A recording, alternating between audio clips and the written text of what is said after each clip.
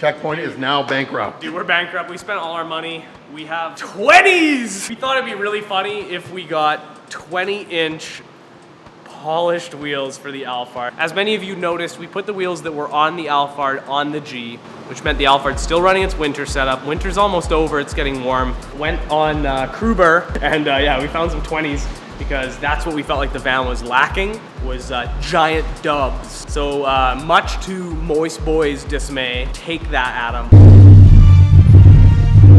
Adam 6. Adam 6. Adam 6. Adam 6! Well, you gotta salute it up, man. Adam 6! I'm not in the loop, man. There's not like a single speck of brake dust in the barrel of this wheel. Like, it looks like it's never ever been run. And the tires look brand new as well. Oh, these are dubbed out, man. Holy, dude, they're mint.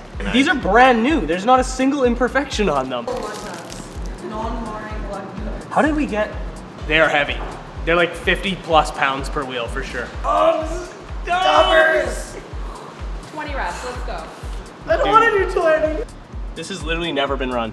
It's normally cheaper to get your wheel, like your tires dismounted from your wheels and just ship the wheels until we're talking about shit that's this big. Like the difference in shipping with or without tires, it was cheaper to get them just shipped as a package than it would have been to ship without the tire and then buy tires here. What did you just say? I didn't even. What did I say? You said they're sick. They're sick. You didn't like them at first? Well, they're trash, but they're sick. See. Okay, so Dylan and I ordered this without actually knowing whether or not it was going to fit the Alphard. The listing was ultra confusing. It just said like lip Alphard. So like, it was just really cheap. So we were like, F it, if it works, it works. If it doesn't, it doesn't. We'll just throw it off a bridge. And yeah, it looks like it's gonna work. And it does. That's it. These are the cutouts. Shit. I don't think I've ever. Oh, also, sorry. For context, we're missing the ends because our buddy in Let me Japan, get them. he cut them off to make the shipping cheaper. So it really snowed, and Dylan's like whole ass neighborhood got snowed in. If you have that clip, you should put it here.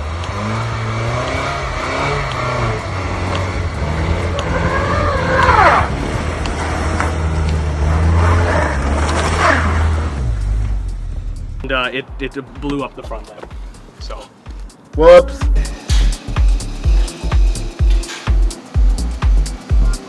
Oh yeah, so one of the HID headlights burned out on this thing, and Jake went on like some like really funny like Alphard forum, and we figured out that these might be the right headlights. So we're gonna hopefully replace some HID bulbs and get headlights again, because we've just been driving around with our high beams on. Not the 20s. We're so back. Look at that. All you gotta do is scoot your butt on the floor a whole bunch. Because I have no jack stand and legs undercut. Dude, 20s. Everyone's talking about car safety. I'm like, what? Like, go ahead and make my Oh, it's so dope.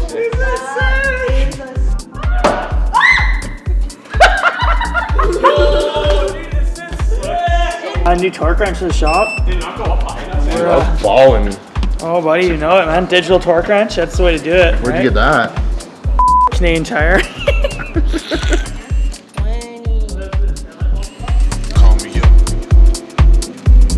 Oh, dude.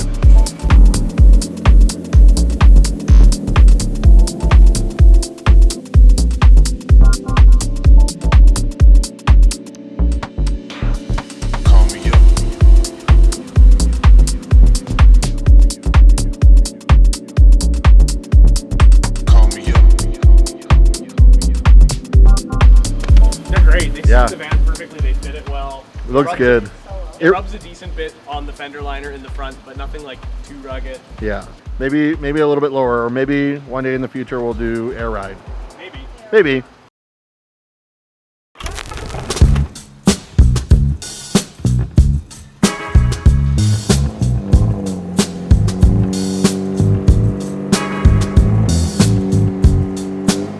So today I have a PDR guy coming, paintless dent removal guy. There's a dent right there. There's a dent right there. This car already had engine risers in it, and then we did the 25 mil raised subframe. So we cut this out and this out. So the cam cover wouldn't hit the hood. We forgot to consider that on acceleration and deceleration, that the engine's going to tilt. Basically, the power steering reservoir and the throttle body pressed up against the hood under load. And we were filming that one video with all the Celikas and caused a little bit of a dent. No big deal. For the most part, this hood was pretty clean. So I kind of want to just get it back to that. For the fix, Reed and I we put a spacer between the subframe to space it down a little bit, and we also got smaller belts for their power steering, and it makes this sit down a little bit lower, and then the engine spaced down. So hopefully this won't hit now.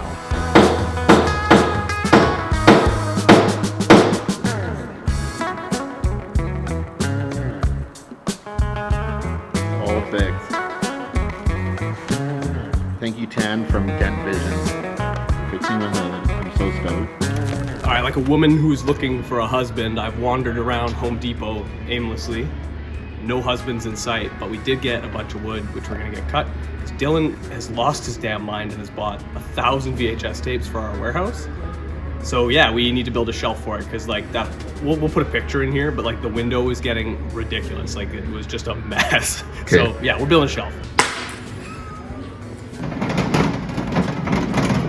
But as you can see, Dylan has a lot of VHSs, and this is gonna look really cool and tidy, I think. So we're not, like, this is just how we're laying it out right now. We still have to like measure and make sure all the shelves are equally spaced apart, but we're just framing up that top piece. Yeah, this is just gonna fit in there, like in that window area. Yeah. Also, go check out our store, because we have a ton of cool new Y2K accessories. It's pretty cool. Yeah, we got funny lights. We got like dash baskets, cup holders, flip phone holders. If you still got a flip phone, cool as hell. We got flip phone holders you can put in your like AC vents.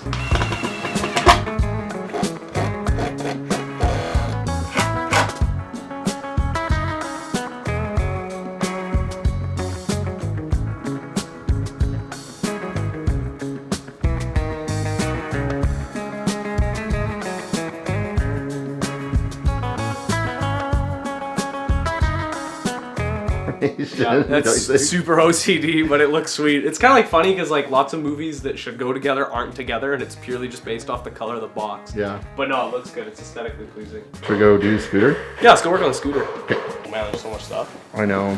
Too much.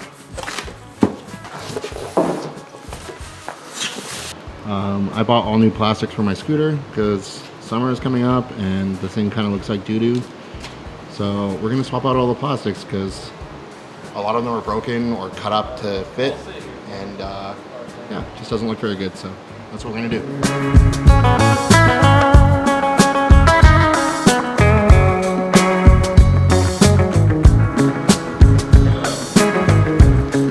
Bye. Good news is we can replace 90% of the plastics. Bad news is to put the Japanese headset on, we need new handlebars, because this bar here is totally different on the Japanese one, so it just collides with this, and there's nowhere to mount any of these when they sandwich together.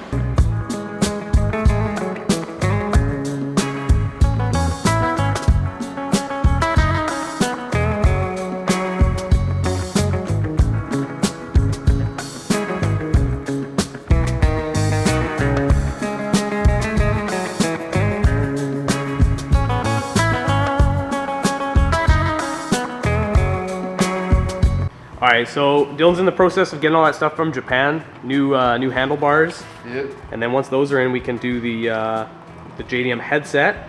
But all this black plastic, that's all brand new. It looks really good. What do you think, Dyl? Yeah, it's a lot better. And the fitment's so much better. There's no like nasty gap here.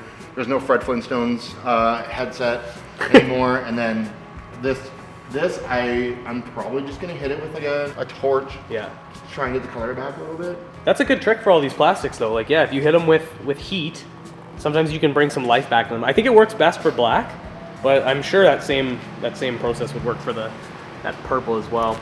Okay, we're gonna go to my buddy Taylor's house. Has a compound full of cars that he rescues from going to the crusher. I think he's a tow truck driver. Yeah, we're gonna go check out what he has. Maybe it'll be cool, maybe it won't. Who knows?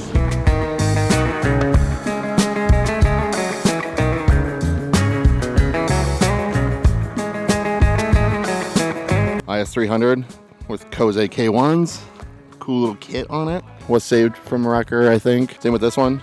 I think this was going off to a wrecker or something. 3000 GT. Kind of a USDM looking car, but X8 Cressida or Cressida. FC Arc 7. Longchamps in the back. Mark 1s in the front.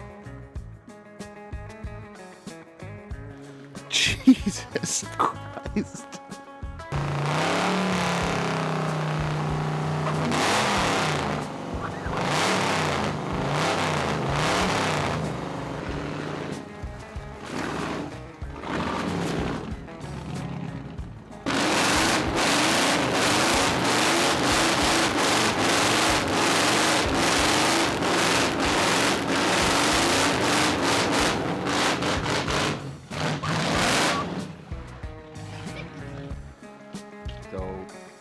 You guys might recognize this one from what year was it? Summer Touring 2022. Team Sexy Cowboys built this car, and now you have it. I don't know why. They gave it to me.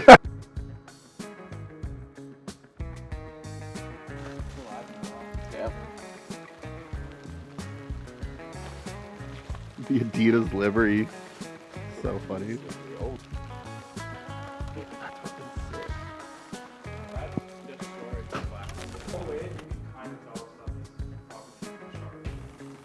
I sold it. So S14 is going away today, and I'm keeping my seats and basically my whole interior setup. Kind of came out of nowhere. Like, he made me an offer that I couldn't really say no to, and he's a guy that like has been into Japanese cars for a long time. I've known him kind of through a bunch of mutual friends for a while, and like it's like hard. I love this car a lot. It's like taught me a lot. It's introduced me to a lot of things, a lot of cool people. I've had like a lot of fun memories with this car in the last 3 years. I'm gonna just kind of get back in the car market and take my time and pick something out that's kind of interesting. I don't know. I miss owning like a right-hand drive sports car. I want something that hasn't had an engine swap. Probably something that I've never owned before, just so I can experience something new. Bye. Yeah, I know this vlog was kind of like a shit mix of like a whole bunch of stuff, but I mean, this is how it goes when you're making videos. Like, it's like random stuff's happening all the time. So we're out here trying to like make weekly content, and we're also just trying to like continue pushing our brand forward. As opposed to just trying to like make the most polished videos ever, we want it to be fun. So we're gonna like, you know, film what's going on around our shop, film what we're doing with our friends, give you an update on what's going on with our cars, and let us know in the comments what you think of this style of video. Do you like it? Is it a more intimate look at what's going on behind the scenes, or do you just want to see like cinematics and shit?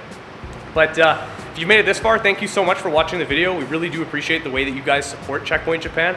And yeah, go check out the store. The best way that you can support what we're doing and help us keep pushing things forward is like buying something you think is sweet from our website. And we've got all sorts of stuff, from branded goods to all the things that we get from overseas. So yeah, give it a look. oh.